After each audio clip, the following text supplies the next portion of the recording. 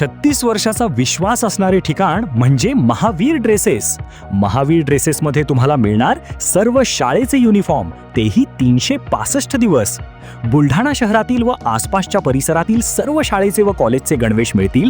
प्रबोधन विद्यालय, Shivaji Vidyalaya, aided high school, बाल शिवाजी कॉन्व्हेंट या शाळेचे सर्व बदललेले नवीन गणवेशचा रेडी स्टॉक उपलब्ध आहे.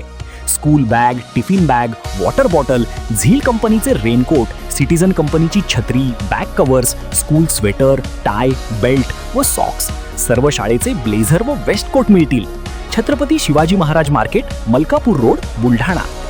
पत्रकारांना शिवीगाळ व जीवे मारण्याची धमकी देणाऱ्या खासदार संजय दिना पाटील यांच्यावर पत्रकार संरक्षण कायद्याअंतर्गत गुन्हा दाखल करा. बुलढाणा जिल्हा मराठी पत्रकार संघाची जिल्हाधिकारी तसेच जिल्हा पोलीस अधीक्षक मार्फत मुख्यमंत्र्यांकडे मागणी.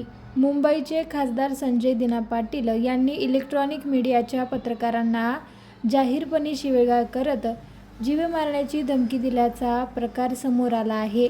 या घटनेचे तीव्र पडसाद संपूर्ण राज्यात उमटले असून बुलढाणा जिल्हा मराठी पत्रकार संघ, डिजिटल मीडिया परिषद यांच्या वतीने या घटनेचा तीव्र निषेध करण्यात आला आहे.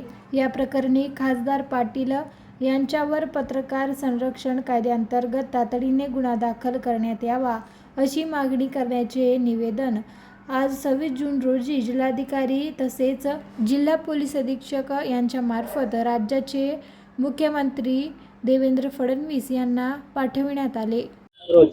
संपूर्ण महाराष्ट्रामध्ये एक प्रकरण गाजते पत्रकारांना शिवीगाळ केल्याचं.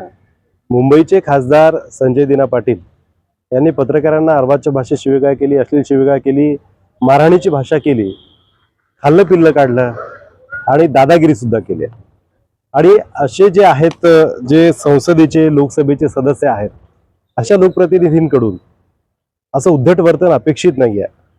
पत्रकारिता हा लोकशाहीचा चौथा आधारस्तंभ आहे. पत्रकार समाजहितासाठी लेखणी आपली झिजवतात. पत्रकार हा समाजदक्ष असतो आणि ते प्रश्न विचारतात. त्यांच्या अभिव्यक्ती स्वातंत्र्याला, सुरक्षिततेला धोका निर्माण करणाऱ्या या वर्तनाविरोधात खासदार संजय दिना पाटील यांचा निषेध करण्यासाठी बुलढाणा जिल्हा पत्रकार संघ, डिजिटल मीडिया परिषद आणि इतर संघटनांच्या वतीने आम्ही या ठिकाणी आलो होतो. आज जिल्हाधिकारी महोदयांना आपण निवेदन दिलंय, जिल्हा पोलीस अधीक्षक यांना पण निवेदन दिले, मुख्यमंत्र्यांना हे निवेदन आपण प्रेषित करतोय, पाठवतोय आणि ते जिल्हाधिकारी आणि जिल्हा प्रशासनाच्या मार्फत पाठवतोय.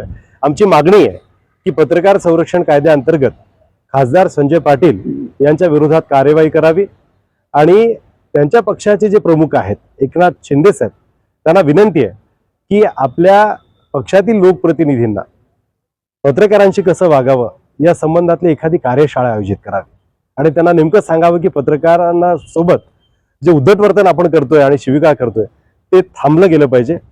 म्हणून ही विनंती आमची मुख्यमंत्र्यांना आहे, उपमुख्यमंत्र्यांना आहे.